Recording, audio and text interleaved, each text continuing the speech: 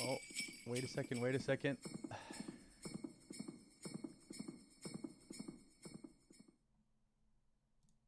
There we go. Okay, shoot. Welcome to the All Things REI podcast. We had this quick little interruption there with the overlay. You got myself, Tom McCormick. We got Jeremy McGraw as well. Welcome, welcome. But we got even more. This is a special announcement. This is the first episode of the All Things REI podcast, officially with other guests. So we'd really love to welcome Abbas, wholesaler extraordinaire. He's known as the Trailer Park King, amongst other things. But we love to have him on. And before we do, Jeremy, what's kind of special about this episode here? We're with our streaming setup and whatnot. So, podcast number one. This is kind of the first thing that segues from the All Things REI Windsor, the re-up, right? And we have Alan Abbas. And Alan, you're a real estate investor as well, wholesaler. Am I correct about that? Yes, And that's right. a Windsor local. That's So correct. we want to bring, as we mentioned, we're trying to bring in more and more Windsor people to this. Tom, I think we have a great podcast set up here today. Alan's gonna be awesome because pretty much, as you know, as a realtor, I'm not allowed to wholesale. We'll talk a little more what wholesaling is. Um, and it's great to bring someone in that a strategy that we don't do. I don't wholesale. Tom, I don't think you wholesale. I've tried in the past. But it's tough and it's not my cup of tea. So I'll leave it to the experts. So Well, you, I honestly have a big appreciation for what you do, Alan, because by doing it myself and trying to do some like flower campaigns and whatnot, I realized it was tough. Sometimes it's feast or famine. So I guess really quickly, Alan, what is wholesaling? Starting off, like just really basic. What is wholesaling for those that might not know? Well, first of all, thank you guys for having me on here, especially podcast episode number one with a guest. So it's an honor. So Anytime. wholesaling is an investment strategy. Basically, you could do it with no money, no credit. And what it is you uh, invest in marketing, you market to directly to sellers, to homeowners, and you make an offer to buy a property, typically under market value. And before you actually buy that property and get the financing and get to the closing, you sell or assign that purchase agreement. So you assign your interest in that property to purchase that property to another investor. They pay you a wholesale fee or an assignment fee, which is a flat rate, could be any amount of money, and they take over your spot as the buyer. So in essence, you're selling the contract to buy the property rather than the property itself. So you don't need financing, you don't need money, you don't need good credit or any credit at all. So in theory, I say you pick up a property for 400 grand and you assign it to 450. The only thing that they would do to you is you'd make that $50,000. So they're buying the contract. The contract's worth 400. And if you sign it to them for 450, that 50,000 would go to you, right? That's correct. And then they would purchase that property directly from the seller for that 400,000. And they would have their lawyer. How about you with your lawyer? Like, would you have So your own lawyer or would you use the buyer's yeah, lawyer? I have my own lawyer. So in a wholesale transaction, there's three lawyers involved. There's the lawyer for the buyer and the seller, and then there's a lawyer for the wholesaler. That's great. So a question I have, and Tom, I'll lead with this at the beginning Yeah, here. yeah, go for it. I want to know, like, because Alan, I've known you for it feels like 6, 7 years now. How did you get started in real estate? I know that I think your mom's a realtor, if I'm not mistaken, but what led you to wholesaling as well? Well, goes back to reading a small purple book that many people have probably read, Rich Dad Poor Dad. There So it is. that was kind of the first step in my real estate journey. It just opened up my eyes to what's possible and gave me that itch to get into real estate in general. And at the time, I was living in Alberta, and I heard about this thing wholesaling. Hey, you can flip real estate with no money, no credit. And at the time, I had bad credit. I didn't have any money, so that really appealed to me. Um, and that's really what uh, got me started. That's what got me interested and into the game. And then it took me a little while to stumble through to get that first deal. And then once I got that first deal, it just deal after deal afterwards. So how long before? because I assume you probably had a day job while you're reading that purple book. How long did it take you from having that to actually going full time into investing? Because it sounds like it was quite a journey, like full of hurdles as well. Yeah, for sure. So by the time the first time I heard about wholesaling to doing my first deal, that even took like a couple years Oh because wow. I didn't Oh really wow. know what I was doing. I wasn't really trying all that hard. I went back to school and just regular life stuff. Mm-hmm. But once I did my first deal and up until quitting my day job, it was about a year and a half, 2 years or so. And I probably should have quit way sooner, but I kind of eased my way out. I started to work part time, and really real estate was full time. So I still kept the job part time. And eventually I just quit it about 2 years in, and then haven't looked back since. So real estate is what I do full time. I love it. I love it. So you mentioned that you do real estate full time. What is a typical day in the life of Alan Abbas or a wholesaler in general? Great question. And well, it's a little different now because when I first started, I was a one man show doing everything myself, and wasn't super consistent with it. Fast forward to now, in the last 2 years, I started bringing on some team members, and now we got an office going. So realistically, yeah, typically we're in the office 10 to 5. But as you guys know, it's basically around the clock. Like even when we're out of the office, we're picking up phone calls to sellers. But we'll go into the office, make some phone calls, do some training, look at some comparable sales, and just try to make as many offers as we can every day. And then we're running around. Sometimes you're going on appointments to a seller's house for the first time, and you're walking through the property with them and making them an offer on the spot. And then other times you have a property under contract, and then I'm bringing buyers there to view the property. So a lot of running around between buyers and sellers and different kind of properties. Yeah, you never want to have your phone turned off because you get that's a deal mate that slips through your fingers. Oh, most definitely. Yeah. Yeah. Sometimes we pick up calls before 9 a.m. and sometimes after 8 p.m. You just never know who's calling. It might be the next motivated seller that wants to sell their property quickly, and it might be a fantastic deal. So yeah, you definitely have to pick up that phone whenever it rings. So, well, I was just gonna say, so how do you find these motivated sellers in the first place? How do you Good attract these question. people, or how do you yourself go out and find these properties that you want to buy? And maybe you all can also maybe add in there like what's the criteria that you look for in certain properties as well. That's a great question. So there's plenty of different ways to find motivated sellers. So we invest in marketing. So we market directly to homeowners, sellers, and we do so through direct mail. So flyers in the mail, which right now, as we're recording this, December 11th, Canada Post is on strike. Oh So no one is yeah. delivering our flyers. Oh So Oh no. man. that's a little bit of a hurdle now because It's a yeah, big you problem. can't do that, right? So you got to improvise. And thankfully, we're not relying on only one marketing channel. We're also on Google Ads, pay per click. So when people search or Google, sell my house fast or a variety of different keywords, like we're coming up at the top. Mm. So that's another way that is one of the main drivers for finding these off market deals. So flyers, direct mail. We've also done like bandit signs. We get quite a bit of referrals. My first deal was actually driving for dollars. So I was just driving around the city of Windsor. I saw for sale by owner. I pulled over, went up to them, talked to the seller, and that ended up being my first deal. So without any marketing, but that's not very consistent, right? You can't Mm. really rely on that. Whereas the other marketing channels are much more consistent. I know there's a bunch of other things that people do. We don't do a whole lot of it, but you can also like door knock and cold call people as well. But flyers and Google, I would say, is the top two methods for us.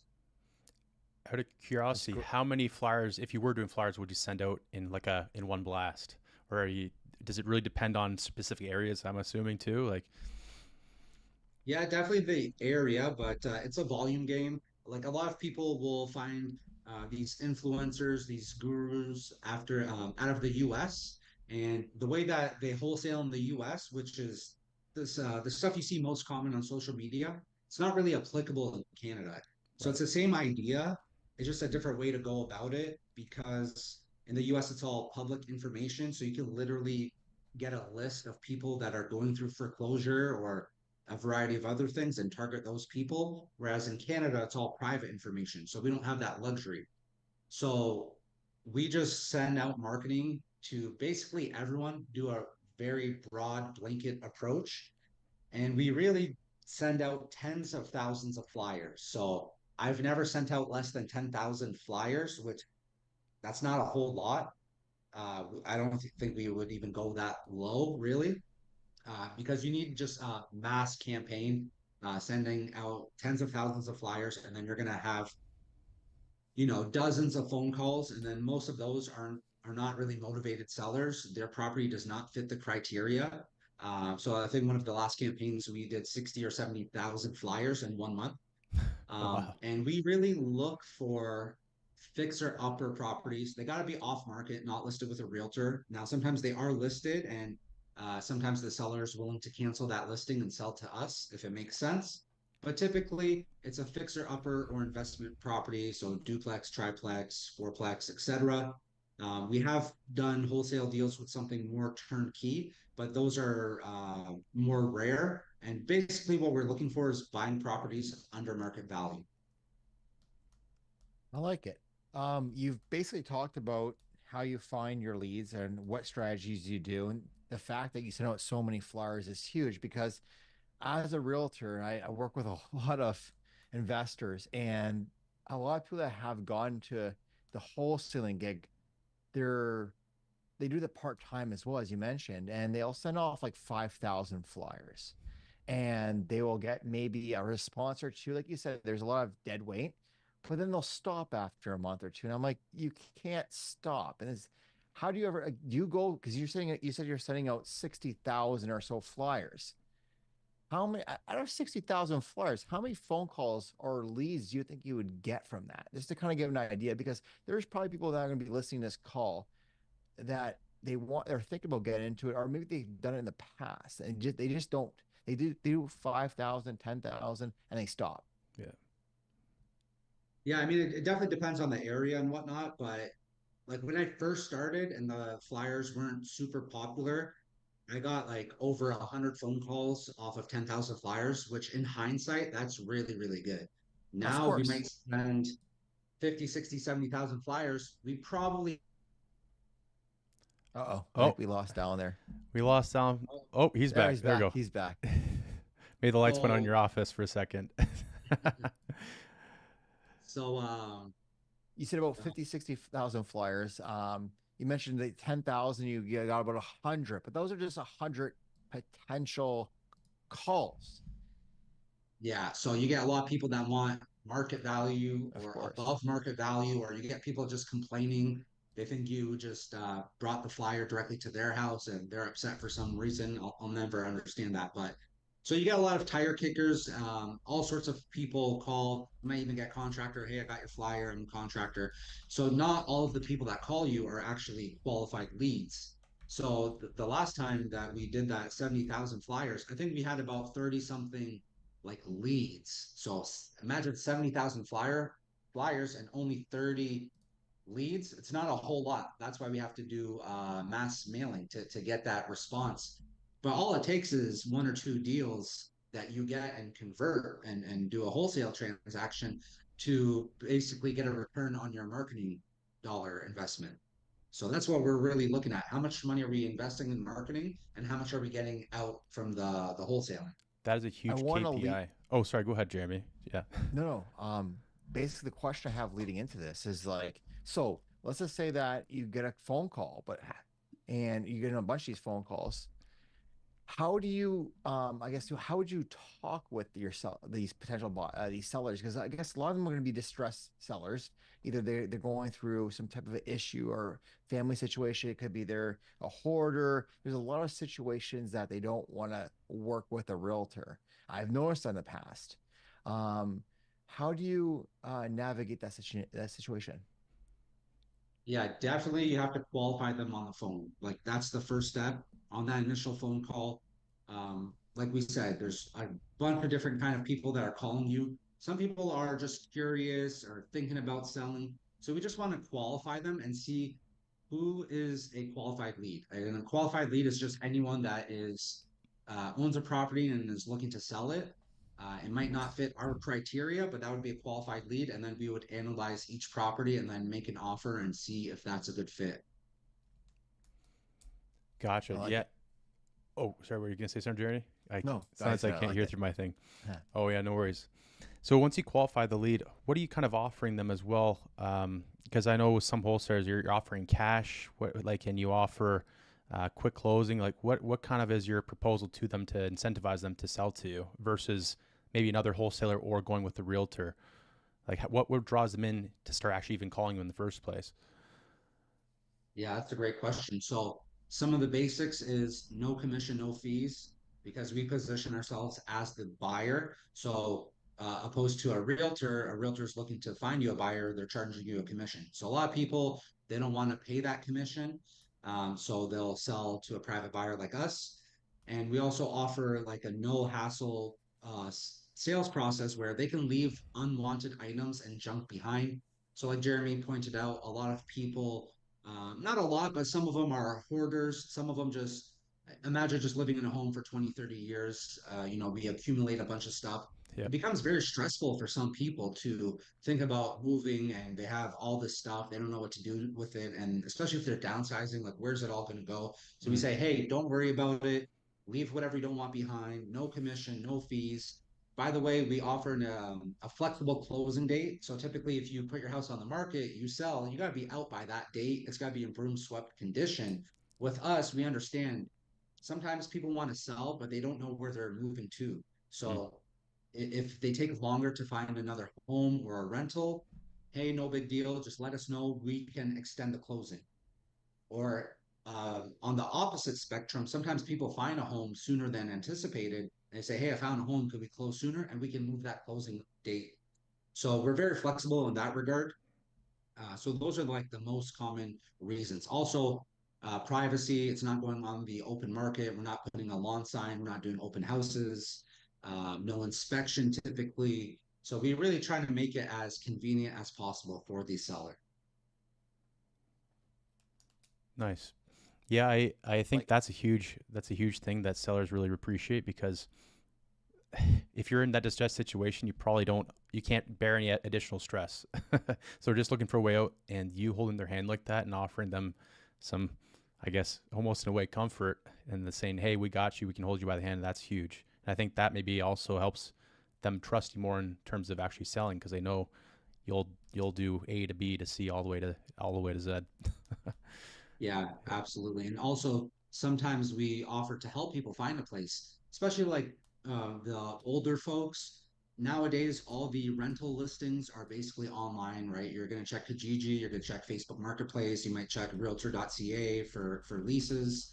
And a lot of these people are not super tech savvy. They might not have any immediate family near them that can help. So we offer, again, like you said, to basically hold their hand through the process. We'll do some of the legwork. We'll find some listings that fit their criteria, their budget, and we'll work with them in order to find a place that they can move to. I love it. I love it. so Jeremy, it looks like you're gonna say something. Yeah, get the next yeah, question rolling. basically, in regards to that, you mentioned you helping them do all this kind of stuff, and I think as I was mentioning earlier too, as well, the fact that I can't wholesale because I'm a realtor, and there's every time I even put an offer on a house, I have to submit a form that states that I'm either doing an acquisition or I'm basically listing the property for that I own to sell, right? And I have to get my broker of record to sign. There's a lot of paperwork involved. Any information I know that could affect the value of the property or anything that could basically hurt the property, right? What's the difference between I guess myself and yourself? Is there any rules and regulations that you have to adhere to as a wholesaler in because you're not a licensed realtor, so as an investor, is there any rules and regulations that you have to worry about? Not so much the regulations. Like as you said, when you're a realtor, you're governed by like RICO, and you have the broker over you. So there's a lot of things you have to disclose. Whereas without being licensed, like myself, I just represent myself. So there's no rules or regulations in that regard. Obviously, just it's got to be legal paperwork. It all goes through the lawyers, like any traditional real estate transaction. But other than that, there's no like governing body that's over my shoulder, giving us any hurdles that we have to overcome. And it's legal to do as an investor because it's a Absolutely. private deal, right?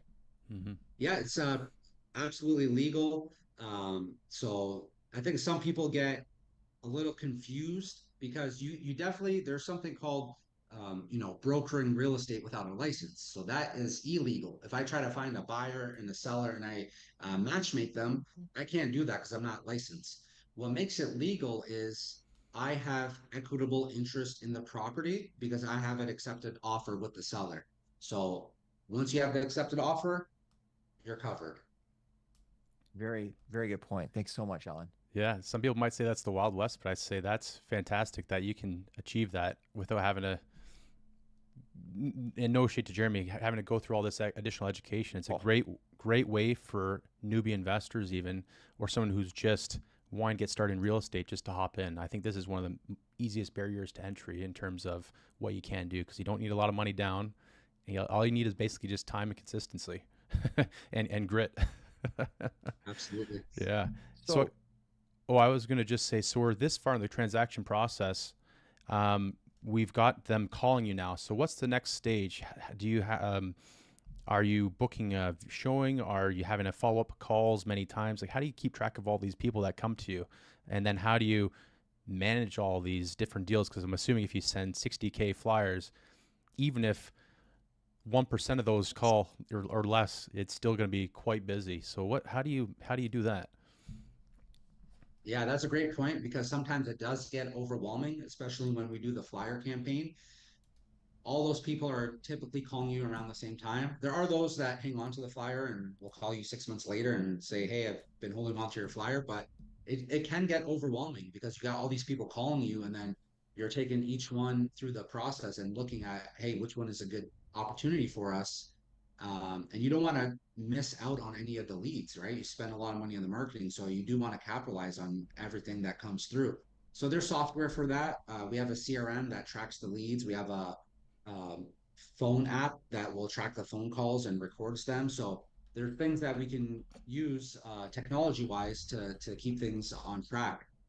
But yeah, it's definitely you got to qualify the lead, and then recently we got into like virtual wholesaling. So when I first started, I would walk through every single property and make an offer in person. But now we've expanded past Windsor, Chatham, Sarnia, London, Kitchener, Waterloo area. So now we're doing basically deals, wholesaling, virtually not going to the property ourselves. So it's all done through email, DocuSign, and we have boots on the ground sometimes that'll go take photos and videos of these properties on our behalf. Would those be other Uh, investors that you would maybe just pay them by the hour? it doesn't have to be an investor. It does help if they're familiar, but like we've had property managers, we've had kind of random students we find on Kijiji that we hire. Nice. It does help if they have some sort of real estate experience, so they know kind of what to look for, the photos and videos of yeah what we need, right? Like electrical panel, 100%. furnace, etc. Do you find ever, I guess, was it scary, I should say, going from in-person walkthroughs to virtual? Because personally, I've done the in-person walkthroughs. I'd have a hard time trusting someone, especially just off Kijiji, that I don't know, going through with their phone and just taking a couple pictures. Then it turns out you get some really grainy shots, or maybe they missed one huge issue that was on a specific wall. How do you protect yourself from things like that, or how do you manage to delegate things that are of such importance? Yeah, that definitely happens. So we try to train them, kind of like a quick, brief training and give them a guideline of what we're looking for.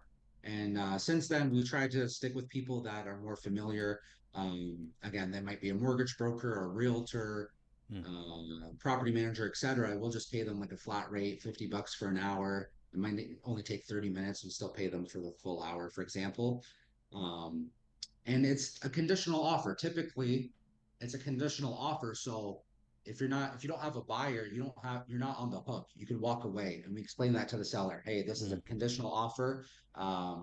And there's always that. exit that we can back out of the deal legally, get our full deposit back, no harm, no foul. And then, yeah, it's just a matter of coaching the buyers to go there. Hey, please don't disclose anything to the seller in terms of price. When it comes to making an offer, it goes through me.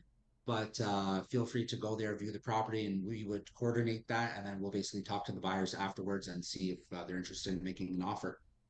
So you mentioned that it's a conditional offer. That's my next question.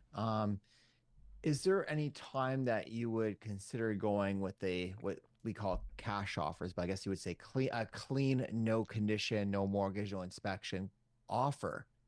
That's risky. If it's risky, Yeah. but I mean, if the deal is right, I would assume so. But once again, I want to get your opinion because obviously you're a wholesaler, and some people may not be able to close on properties, but I assure that I've seen some of your stuff that come up, so I know that you do close on some of your properties. If the deal is right, would you go non-conditional and then just roll the dice, or just walk us through that? Yes, we have done that if it's a really great deal. Now, I do have to see it in person to have that peace of mind to make sure, right? Unless I had someone I really trusted on my behalf, that's possible too. But typically, there's been several times where I would walk through the property. I feel comfortable. I feel like I have enough experience with renovations and whatnot to, watch out for any big hurdles or surprises. So yeah, sometimes we do go firm and it's a firm offer right on the spot, but typically we like to start with the conditional offer. I think. Thanks so much. Yeah. And then, hold on. I No, know you that go. Tom You go. mentioned that you're the trailer park king, so I kind of wanted. It was on my mind, and I'm like, okay, where do I bring this up at? What point? But I think you know what? I think we're pretty far into this at this point. So why don't we just walk us through what the trailer park? Because I mentioned to you, like, do you go unconditional? Like, I know you buy some properties, but walk us through what the trailer park. Alan, is the trailer park king is. I love it. Yeah, so I started buying and basically flipping mobile homes or trailers, individual trailers, not the whole park. So it's on leased land. It's a bit different asset class. I kind of stumbled upon it a couple of years ago and had a great profitable first deal. And that really opened up my eyes like, man, how do I do more of these? And Can really you haven't looked quickly back. walk us through that first deal? Yeah, Yeah, maybe for some sure. rough numbers even would be huge for some listeners. Like how much of renovations? What was the purchase price, if you don't mind, if you can recall? Yeah. Okay. So this lead came from Kijiji. It was a for sale by owner posting. So free lead, no marketing. So that's another way that I forgot to mention earlier. So sometimes we'll pick up properties off of Kijiji or Facebook Marketplace directly from the seller. Just So no residually. marketing needed. Wow. Yeah. So this one was posted on Kijiji. I've never done a trailer up until this point, and I saw it listed for 50,000. And I looked at the comparable sales, and basically the bottom price that I could see at that time was like the lowest price was 50,000. That's like as is fixer. Median price was about 80,000, and the ARV after repair value was like 180,000 or so. Oh wow. So Big I spread. almost That's a didn't huge even spread. Yeah. go. Yeah, I almost didn't even go. That's the crazy part. I'm like, I told my wife, my girlfriend at the time, hey, do you want to come with me? I'm gonna go check out this trailer. She's like, okay, sure. So I go there, and right off the bat, I noticed the seller is extremely motivated. Like I made a couple of comments to her. Hey, how much are you asking for this thing again? 50 grand. And I vividly remember, she's like, yeah, but I know I'm not going to get that much. So first sign of motivation. She made a couple other She's comments like, already hey, she selling wants to herself sell quick. essentially. Yeah, exactly. So I got her info, took the photos. I said, hey, I'll be in touch. Later that evening, I emailed her. I'm like, hey, I'd like to make you an offer. 32,500, I believe, was the offer. She's like, you got yourself a deal. Wow. So I know that bottom price, it's worth at least 50 and I'm buying it for 32. So that's what gave me the confidence to go ahead with it because I'm like, look, it's worth at least 50. I'm getting it for 32. I'm in the green already. Make money on the It's buy. probably worth closer to 80. Yeah. And there's different exit strategies. So you can flip it, you can rent it. And another thing that I learned about is you can actually sell it on seller financing. So I can go ahead and sell it to someone else and then hold the note or the mortgage on the trailer for someone else and then charge them interest and be basically the private lender. So I'm like, okay, one, two, three, I got multiple exit strategies. I'm good. So I got it cleared out. Luckily, in this case, I got it cleared out basically for free. There wasn't a whole lot of stuff there, but I met the park manager. He's like, "Hey, I can give you a hand. A couple things I want to keep, if that's okay." I'm like, "Yeah, go for it. Clear it out. I don't care." So cleared it out for free. All I did was basically I bought it cash at the time, just paying the lot rent. It was about $500 a month, give or take, plus some utilities. But did absolutely no renovations to this thing. And I put it up for sale, 79.9, and I got an offer, full asking 79.9, and I was in and out within I think 3 months. By the time I bought it and then I sold it and got the money out was like 2 to 3 months in and out. And after all expenses, paying for the lawyer and whatnot, the holding costs, it was like a $40,000 profit Wow. That was without probably doing any work. that's probably a huge light bulb moment for you because you're like, I need to do more of these. It Exactly. gave you the So itch. this was Windsor, right? This is Windsor, yeah, and How long in ago? this is 2 years ago, so 2022 in the summertime, and mind you, in Windsor, there's about six or seven. I had no clue till I started looking into this stuff after my first deal. There's like six, seven different trailer parks within an Oh hour yeah, drive of Windsor. Yeah. yeah. And the one in Windsor, you guys are local, so you know where it's at, right behind Home Depot. Best Buy, Home Depot Yep. on Walker Road there. That one is the worst trailer park out of all of them. I've heard That some one is stories. like Yeah. Little it's traffic. I pretty don't rough. Yeah. think you can get a mortgage on that one. That's one of the few that I don't think you You can mortgage. can. They're tougher, but they. You know how I know you can because I see some getting listed power of sale by the bank. So Oh, I guess so. They must have It's had it. yeah. it's tough though. That's a good point. That trailers they're harder to finance. A lot of banks don't touch them, and certain banks will, and even some private lenders won't even touch that part or even touch any trailer. I So think it's you got to find the very right lender. park dependent because I've sold a few now as well myself in the last few years. The Viscount Estates, yeah, I think you've done a couple there. The one in Yeah. Essex, that one's a gold mine if you can get in there. Um, That one they sell for more than houses No way. sometimes. And some of them, then yeah. I just recently for a great client of mine, a mutual friend of all of ours, we had one over in like Wheatley in Shout out to Holiday Travis. Harbor it was called, right? And it took me about an hour each time I went to go show it, but a beautiful park around the water. There was every view from your window was a lake, and then you're like a 5 minute walk to the lakes, like the actual the lake, the lakes. What was it, Erie? And Yeah. it's stunning, stunning. But that was a cheap park, and I think, like you said, all these ones could be done by the bank.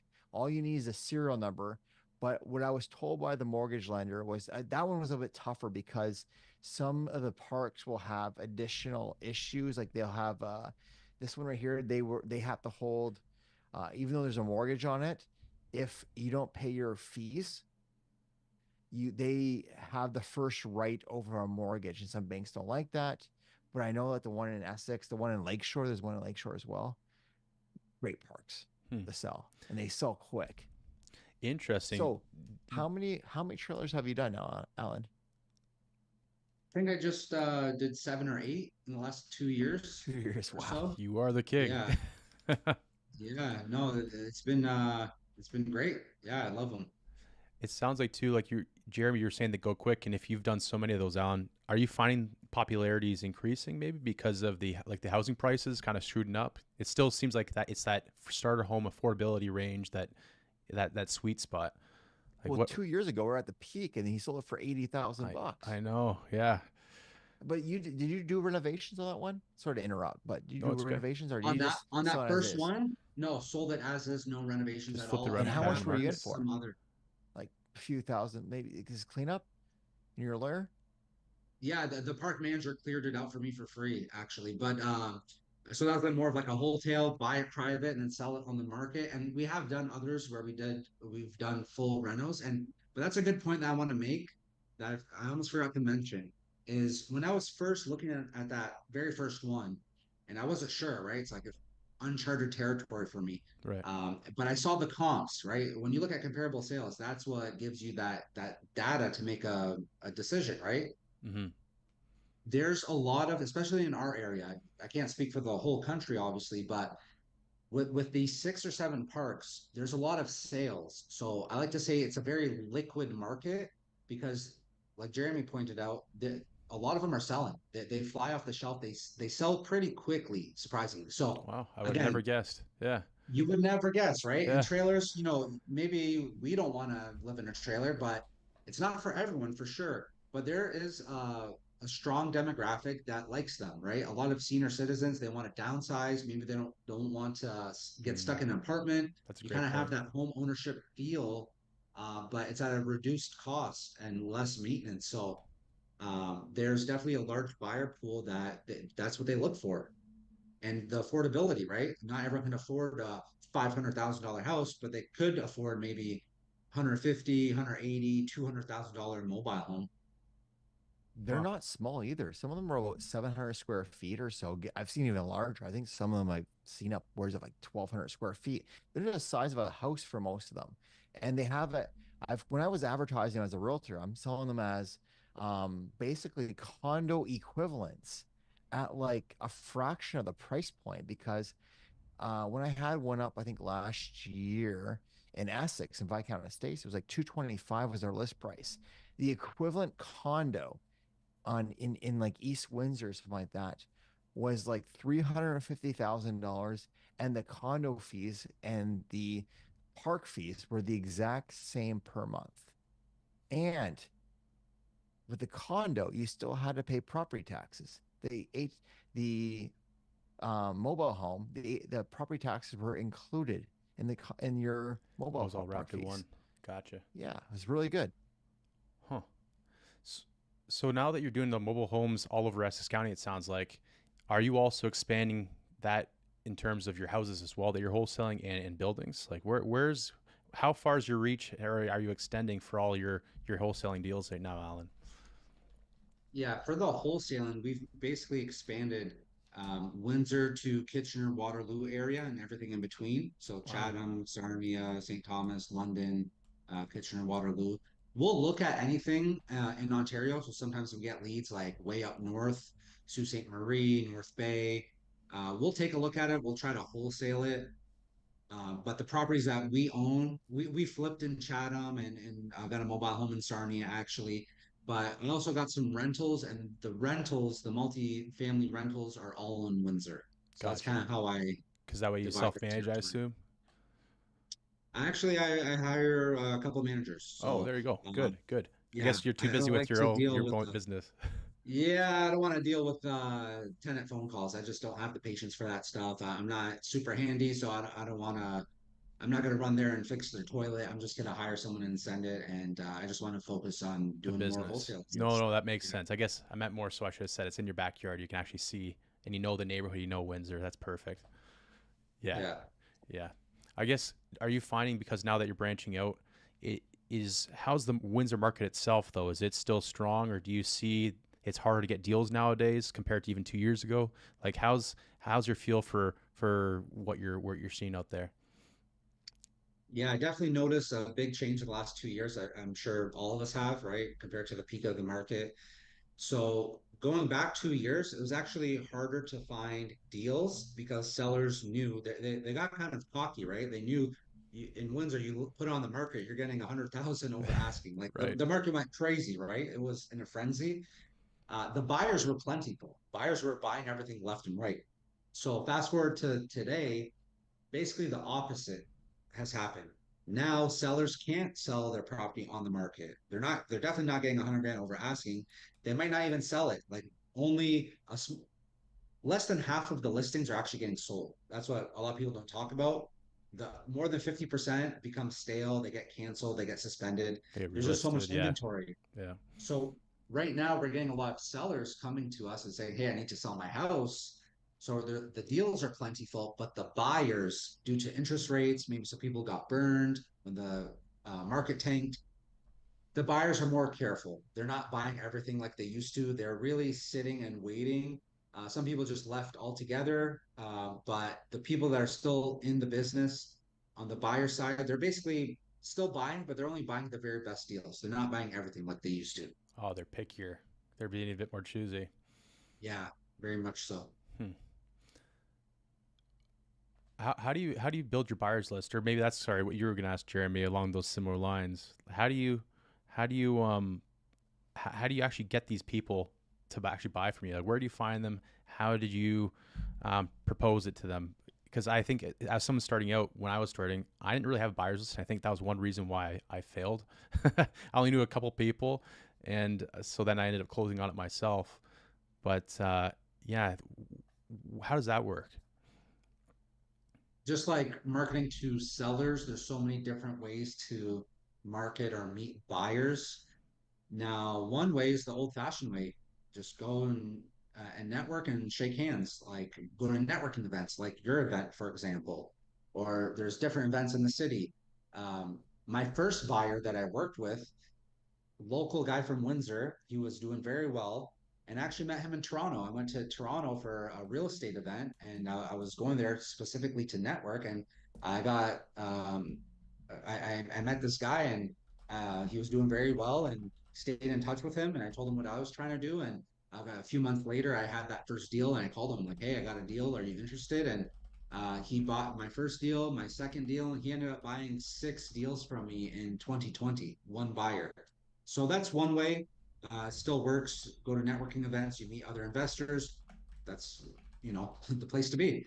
Um, Other ways is through realtors. A lot of realtors will actually bring their clients or their buyers to us, and they might be on our list. And their buyers are looking for deals. They're looking for fix and flip opportunities or rental opportunities. So many times a realtor will come to us, and that's through networking again, or social media or whatnot. And another way is just through social media in general. There's plenty of Facebook groups out there for off-market deals, private deals, wholesaling, There's so many. etc. Yeah, Yeah, and yeah. that's another way where we are consistently adding buyers to our list. Gotcha. I actually dropped in the chat right here. So if anyone wants to be added to Alan's list, DM him or go to his website, maverickcapital.ca. Then I'm sure he can get you there, and also the socials in the bio. But Jeremy, I know you had some questions there, uh, and I think I cut you off previously. No, no, I think we're pretty good. I think we're pretty much at the time that we'll probably kind of wrap it up there. Is there, Alan, is there anything else you want to add about yourself there, where people can find you? Yeah, you guys can find me on Facebook or Instagram, Alan Abbas 17. That's the best way. Or Tom mentioned our website. It's at maverick-capital.ca. So that's mostly for sellers, though. You're not going to find any of our off-market deals there, but you can give us a ring and contact us, and we can, have a conversation. Make sure to add you guys on the list. And we do have a couple deals right now available. Yeah, shout him So we out. have one. What do you got? Yeah, we got a pretty sweet fix and flip opportunity, or a great primary residence for someone in Bell River. So that's just outside of Windsor, about 30 minutes or so. Uh, it's a ranch, needs some TLC, but great location, corner lot, in-ground pool. We're asking $399 for that. That's still Bell River, available. that's And not we bad. got, yeah, no, the ARV is like 550 to 600. So there's a nice spread there. And also we have, I believe we got the cheapest duplex available in the city of Windsor. So we just reduced that one for 249. It's not for beginners, not for newbies. It Oh no, does what's need wrong with it? extensive. I seen the What's not pictures. wrong Yeah. with it? Oh no. Well, one unit is completely gutted. It's got some work orders on it. It's boarded up, so it's definitely a big fixer. But fixed up, that's a $450,000 property all day. Mm. That's a good Give or location too. Do you want to talk about that location maybe? Because I actually yes. looked at the pictures on it. I know it's rough, but I was like, wow, that's actually in a good neighborhood, Yeah, it's and a the units are large. Like, I mean, they got a 3 bedroom, and yeah. is it One two of them bedroom? is 3 bed, 1.5 bath. It's actually 4 bed Wow. technically, so it might be better to like take in a room and add that to the first unit. But there's also a detached garage. It's right on Parent. So that's part of Walkerville, which is a very desirable Yep. area, very good for rentals. So it could be like a good burr for someone. But yeah, you definitely needed some experience because of the extensive renos. The one unit is gutted, like I said. So That one's vacant, right? that one is vacant, yes. Wow. Mm. So Okay. good opportunity for someone to get in there, do some renos, and get it turned over. So those are two of the ones that we have right now. Basically, every week we have different opportunities. And by the way, as they mentioned earlier, we're also a buyer. So sometimes we have a fantastic deal, and if no one wants to buy it, we'll buy it. So we just closed a couple months ago on like a legal sixplex. Oh, Surprised hell no yeah. one wanted it. Sometimes I find on the wholesale side, buyers are a little unrealistic. Like they like the price we have it for, but then they want it like fully vacant or like some unreasonable seller financing terms. So it's that price for a reason, right? If it was market rent, the price would be nearly double. So you're getting at that price because the tenants are paying below market rent and the property needs renos. Mm-hmm. Once it's turned over, the value is going to Yeah, it'll praise for basically higher. double. Yeah. Yeah, so that's some of the things we run into. Um, so I'm like, you know what? This is a great deal. If you guys don't want it, I'll take it. And that's what we did. We ended up closing on it. And Where was that we got, sixplex? what's that? Where was the sixplex? It's on Marintet, so not too far from Parent. Oh yeah. Marintet, Oh, um, yes, actually, I sold the fourplex in front. I know exactly what. Oh, it's an all brick one too, by the all brick, church. full brick to roof. Yeah, right Yeah. behind the church there, corner lot. There's actually two additional not legal units in the basement. So the plan is to try to get those legalized and turn it from a legal sixplex to a legal That'd be a eightplex if big, possible. big refi then. Yeah. Yeah. Yeah. Yeah. And It's huge. then also there's a detached double car garage and a large lot. So we'll see how we make out with that one. I'm pretty sure it's going to be a fantastic deal for us once we get to the finish line. But yeah, we actually buy deals ourselves, You're putting and your money where your mouth is. I like that.